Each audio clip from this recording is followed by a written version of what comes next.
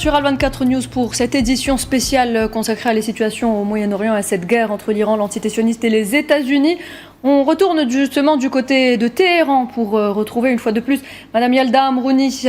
Est-ce que cette guerre qui se joue également sur le terrain, enfin, on va parler de cette guerre plutôt qui se joue également sur le terrain de la propagande, vous qui êtes une professionnelle des médias, Yalda Amrouni, ce secteur occupe une place névralgique, surtout en situation de conflit. Quel est selon vous l'enjeu principal auquel nous faisons face aujourd'hui au niveau informationnel et médiatique ? Tout simplement la vérité, parce que j'estime depuis 1979, on ment sur l'Iran. Rien que votre invité venant de Lyon, imaginez l'Iran avec ses chèches et puis ses chameaux, c'est vraiment être très très loin de la vérité. Enfin, c'était imagé. L'Iran, c'est d'abord les hôpitaux. Les gens, c'est d'abord les écoles. Vous avez vos invités qui ont dit qu'il y a énormément de potentiel et de contingents qui réfléchissent au niveau de la réflexion militaire, mais c'est vrai, ça c'est une vérité vraie qu'on peut voir rien qu'en allant dans les rues de Téhéran. Il y a un nombre d'instituts de langue, de robotique, un nombre incalculable ici en Iran. Toutes des générations, de plusieurs générations, depuis 1979, passent leur temps à étudier. D'ailleurs, on peut ne pas seulement regarder l'Iran, si on regarde les ingénieurs du monde entier, vous trouverez beaucoup de non-iraniens qui ont fait leur lycée en Iran. Donc ici, l'Iran, c'est que des mensonges qu'on entend à l'extérieur. À l'extérieur, on a l'impression que l'Iran est arriéré, enferme ses filles. Je suis une femme, je travaille pour les médias, je représente même la chaîne pour un débat. Et mes collègues sont beaucoup des femmes. 80% des universités sont des femmes à partir du master et du doctorat, tout simplement parce que les hommes vont travailler pendant que les femmes vont étudier. Donc c'est très amusant à regarder parce qu'on se rend compte que finalement dans les familles, les femmes sont plus intelligentes que les hommes. En tout cas, d'un point de vue des doctorats, c'est le cas. Je ne sais pas le nombre de fois où je veux dire docteur à une femme quand je la salue, tellement il y a ici un potentiel d'apprentissage important. Donc oui, le média joue et peut-être la première guerre qui s'est passée avec l'Iran avant même la guerre militaire ou même la guerre économique avec les sanctions. La première guerre s'est faite au niveau du vocabulaire. On présente l'Iran comme un État terroriste. Oui. Et pourtant, le 28 février 2026 et juin 2025, oui. Ce n'est pas l'Iran qui a attaqué. C'est un État que nous, en Iran, on appelle un État terroriste, puisque ici, dans le Moyen-Orient, on a vu que des dégâts se produire avec l'influence américaine. Donc, la propagande ne se fait pas forcément ici en Iran, parce que quand on utilise dans la francophonie le mot propagande, ça veut dire un média mensonge. Et donc, moi, je n'aime pas utiliser ce mot-là, parce qu'en fait, la propagande ici, c'est plutôt regarder la vérité de ce qui se passe dans nos rues, tous les soirs, en live. Sur les chaînes iraniennes, on montre les rues de Téhéran, on montre les rues de tout le pays. Et ce ne sont pas des images virtuelles comme l'a dit Trump, hein, ce n'est pas de l'IA, ce sont vraiment des images. Moi-même, j'ai été dans un village de quelques milliers d'habitants, tous les habitants étaient dans la rue, il y avait des milliers de manifestants pour soutenir le gouvernement, mais plus encore, soutenir leur pays. Ils ne voient pas ça comme un soutien seulement du gouvernement. Ils voient ça comme le soutien de leur culture, de leur pays, de leur souveraineté. Chaque personne allant dans la rue considère que c'est aussi important que d'aller en guerre pour montrer dans le monde entier, voilà ce qu'est le vrai Iran, pas ce qui a été raconté à l'extérieur de l'Iran, mais ce que nous, on vous raconte aujourd'hui grâce à notre télé. Et je pense que c'est une information très importante à divulguer, comme pour une chaîne satellitaire. C'est de dire que les Iraniens sont très peinés de comment on raconte et comment on parle de leur pays. Parce que si vous regardez aussi au Moyen-Orient, la moitié des cadres du Moyen-Orient sont diplômés d'Iran. Quand on regarde l'Irak, la Syrie, le Moyen-Orient comme Dubaï, ou encore les Émirats, ou le Qatar, ou Oman, la moitié des cadres, la moitié des businessmen de la région sont iraniens. Si c'était un pays terroriste, pourquoi ils viendraient développer les compagnies? Ils travaillent tous avec des compagnies internationales comme Huawei, par exemple. Beaucoup de cadres de Huawei sont iraniens, parce que les diplômés iraniens ont une véritable valeur intrinsèque pour la région.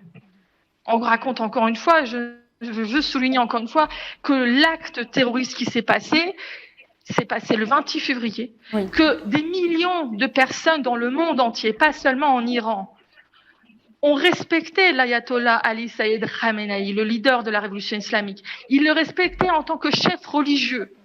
Ce sont des millions de personnes sur cette planète qui l'ont respecté. Imaginez la même chose avec le Vatican. Oui. Et les Iraniens continuent. Je trouve que le pays continue à se restreindre, puisque les premières semaines, ils ont utilisé leur plus vieille technologie pour attaquer l'entité sioniste et les bases américaines. Ils ont laissé beaucoup de chance, je trouve, sur 20 ans de sanctions aux Américains et aux Européens de changer leur cible. Et à chaque fois, les Iraniens ont été modérés.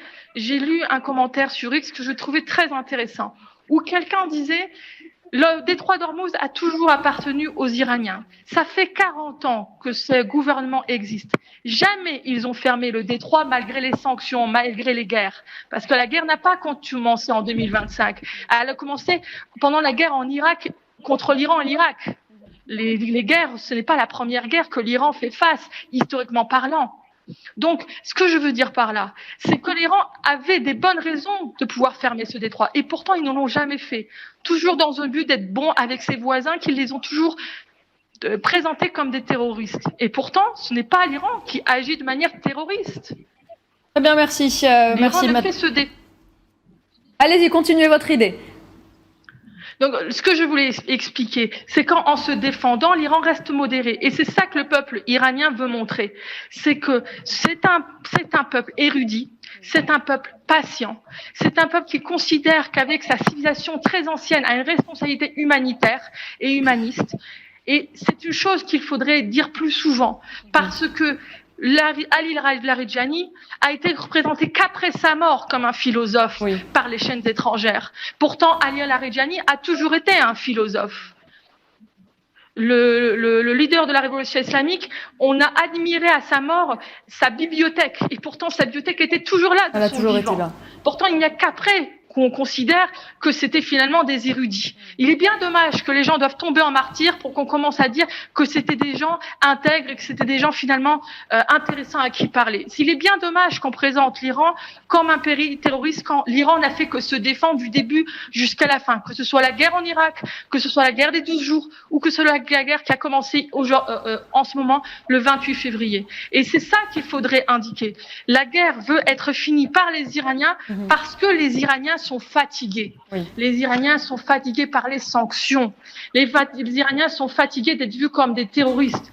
Les Iraniens sont fatigués d'avoir la menace militaire en permanence au-dessus de sa tête.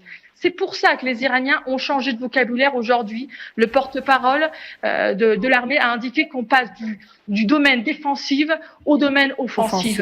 Parce que les interlocuteurs face aux Iraniens ne veulent rien entendre.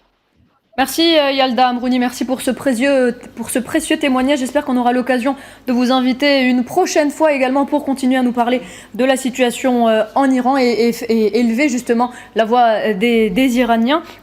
Merci encore une fois d'avoir été avec nous. Je me tourne vers vous, Kamal Mansari, pas en tant qu'analyste cette fois-ci, mais en tant que journaliste chevronné. Je voudrais votre avis sur la question. Quelle place occupe aujourd'hui l'image et le récit médiatique dans cette guerre? Est-ce que vous rejoignez justement ce que vient de nous dire Madame Yalda Amrouni? Il y a un vrai enjeu sur le récit médiatique aujourd'hui.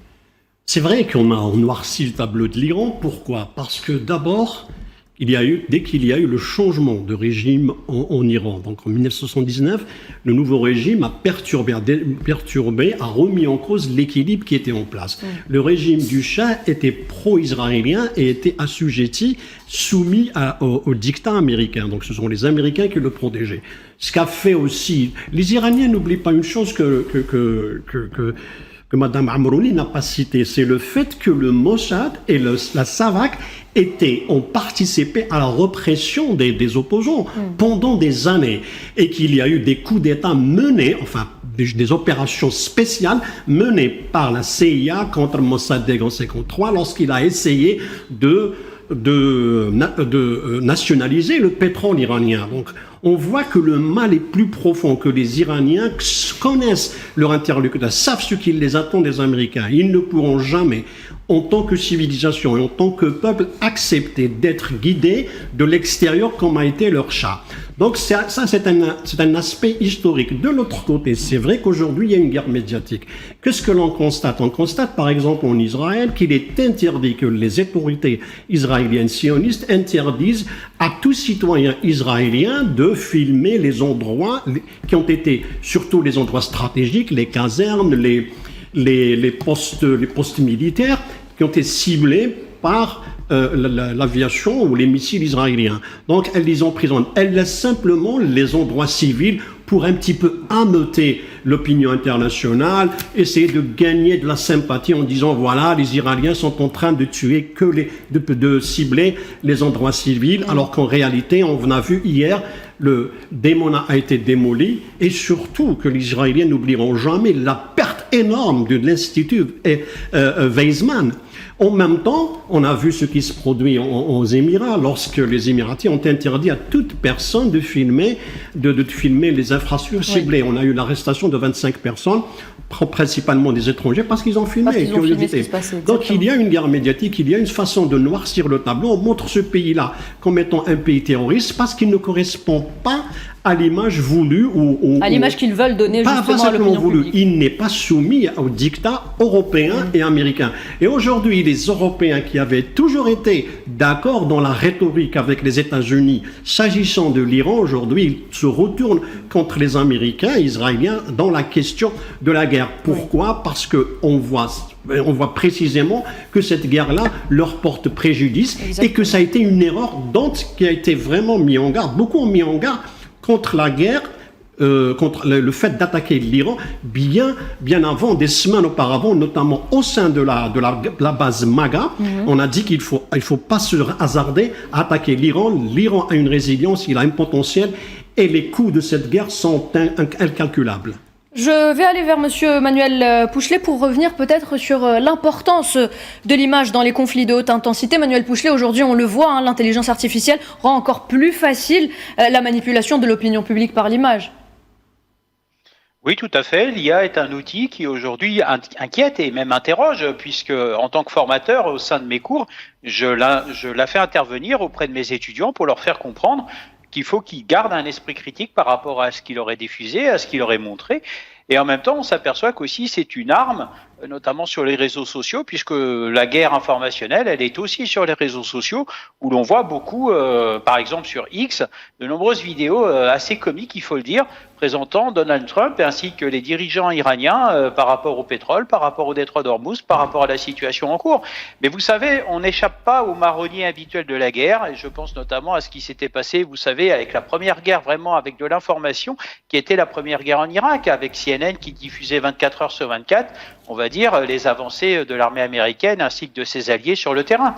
Aujourd'hui, on est un petit peu dans le même cas, sauf que en effet, il y a une forme, je n'ose pas dire de censure, mais en tous les cas de prise en main de cette information pour éviter certaines fuites, dans la mesure où je vais employer un terme qu'on utilise dans certaines administrations, c'est-à-dire les éléments de langage. Aujourd'hui, chacun donne ses éléments de langage. Maintenant, il y a une chose, moi, qui depuis ce début de conflit, enfin cette guerre et cette agression, m'interroge, comment cela se fait, ce que l'on n'a pas, comme avec Gaza, les déclarations des autorités, notamment militaires israéliennes, sur le suivi du conflit. Preuve en est qu'il y a bien quelque chose qui les gêne et qu'ils sont confrontés à leurs contradictions avec votre invité de Téhéran qui l'a très bien dit, un régime qui a de toute façon établi une stratégie. Et moi j'allais dire, les Iraniens sont de fins militaires et sont de fins stratèges dans la mesure, ne l'oublions pas, l'Empire perse est porteur, on va dire, d'une partie de la réponse que nous assistons aujourd'hui en 2026. Merci Manuel Pouchelet. Karim Belgassem, on va continuer un petit peu sur cette lancée. L'entité sioniste est aussi connue pour sa rétention de l'information, on le sait, la manipulation médiatique. Si l'on en croit leurs médias, mais aussi les médias occidentaux dits mainstream, tout va bien. Les frappes de l'Iran ne font que quelques dégâts par-ci par-là du côté des territoires palestiniens occupés. Comment expliquez-vous justement cet embargo sur l'information du côté de l'entité sioniste ? Alors l'explication, elle est très simple, parce qu'il y a effectivement une mainmise, je dirais, je mettrai des guillemets, occidentale de l'information, parce que les médias construisent une vision simplifiée, biaisée de la réalité, On caricature à l'extrême l'Iran, on montre qu'une partie de la population et on ignore la complexité du pays. Alors je parle sur le plan occidental, pas forcément israélien, alors qu'il y a une réalité plus complexe en Iran. Il y a une partie de la population qui soutient encore la République islamique d'Iran et ses dirigeants, et les bombardements ne font que renforcer ce soutien. Et il y a une certaine uniformité et émotion dans les médias. Il y a un aspect très émotionnel qui est montré notamment envers les manifestations précédentes, les femmes iraniennes, étaient très peu d'analyse, et les médias influenceraient aussi les dirigeants avec cette raison biaisée. On parlait tout à l'heure de l'impact de l'intelligence artificielle. Effectivement, il y a les services israéliens sont très forts à la matière pour justement effectuer cette propagande avec des images de l'intelligence artificielle qui seraient effectivement pro-israéliennes. J'ai pu observer également qu'il y a des gens affiliés au fils du Shah d'Iran justement qui montrent des vidéos de manifestations qui ne dateraient pas d'aujourd'hui mais qui dateraient de beaucoup plus longtemps. Donc il y a toute une opération qui est organisée justement pour effectuer cette propagande, et le fils du Shah d'Iran, M. Reza Pahlavi, attend patiemment éventuellement un retour en Iran, même s'il a une base politique qui est très très faible et peu crédible. Mais effectivement, il y a cette guerre de l'information et cette guerre des images, puisque les dirigeants savent que nous, citoyens, nous sommes régulièrement branchés maintenant sur X, ex-Twitter et puis TikTok, et n'importe qui peut poster sa vidéo. Il y a un effet brouillon, de brouillage à la fois des pistes et des informations avec un certain biais qui insiste sur l'émotionnel. Alors les Israéliens l'ont fait lors du génocide de Gaza, qui malheureusement est toujours en cours et on n'en parle pas assez, on n'en parle plus malheureusement. Il ne faut pas oublier tout ce qui se passe là-bas. Donc tout est organisé pour orienter ce débat, pour alimenter et augmenter cet aspect émotionnel, et puis cet aspect qui, on va dire, profite à certains dirigeants qui profitent du fait que certaines personnes n'arrivent plus à faire la nuance et la part des choses, et on peut effectivement s'inquiéter dans les années à venir avec les nouvelles générations. Est-ce que les nouvelles générations pourront faire la différence entre les vidéos, je dirais, trafiquées à l'intelligence artificielle et les vidéos qui proviennent véritablement du terrain? Alors déjà que nos générations ont réussi plus ou moins à le faire, mais quid des prochaines générations? C'est là où est le danger, d'où l'importance de bien varier ces sources d'informations, de favoriser l'esprit critique. C'est ce que j'essaie de faire avec mes étudiants, de se poser vraiment toutes les questions et d'imaginer tous les scénarios possibles. Merci Karim Belgassem.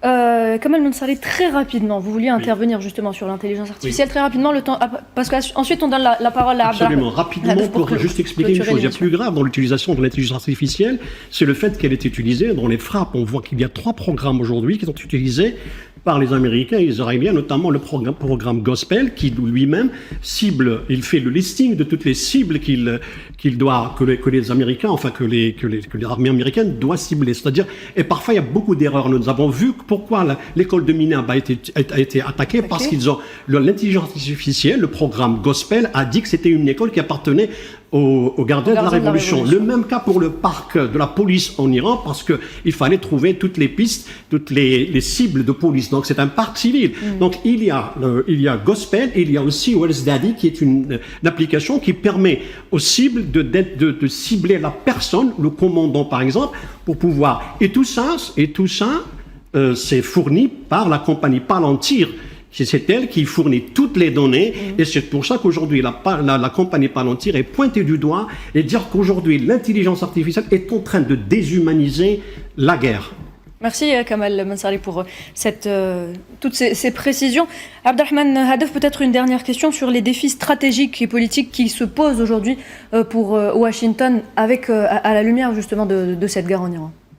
Je pense que le plus grand défi aujourd'hui, c'est d'avoir une piste de sortie de ce conflit, parce que là, ils sont vraiment dans un bourbier.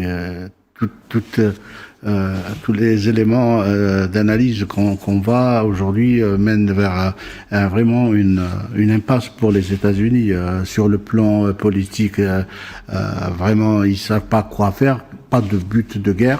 Sur le plan économique, c'est vraiment, ça commence à devenir vraiment incontrôlable. Ça sort vraiment du contrôle. Là, les marchés commencent à réagir. Au-delà, on a parlé pendant plusieurs jours du marché pétrolier, mais maintenant, on est en train de passer à d'autres marchés, surtout le marché financier. Justement, quels sont les risques sur cette économie globale? Quelles peuvent être justement les conséquences sur l'Europe ou encore sur les États-Unis?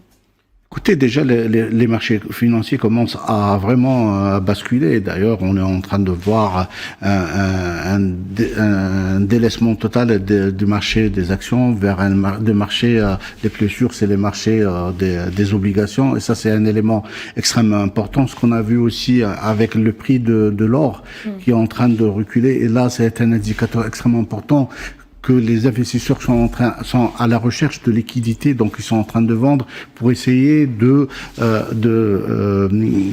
rattraper les pertes, parce que là aujourd'hui il y a un chiffre qui circule, plus de 1 trillion, c'est 1000 milliards de dollars sur les marchés financiers qui est annoncé, et là ce n'est que le début, parce que si ça continue, il y a aussi aujourd'hui les big tech qui sont en train de réagir. Elon Musk a parlé aujourd'hui de la problématique d'approvisionnement, surtout dans des produits très sensibles en termes d'intrants pour la production des microprocesseurs, pour l'intelligence artificielle, quand on sait que l'intelligence artificielle représente à plus de 90% de la performance économique américaine. Et là, donc, si on a des soucis sur l'intelligence artificielle, c'est toute l'économie américaine qui peut partir en fumée. Et si l'économie américaine s'arrête, c'est toute l'économie mondiale, parce que ça va toucher le dollar. Le dollar, c'est la principale monnaie d'échange, c'est la principale monnaie de réserve pour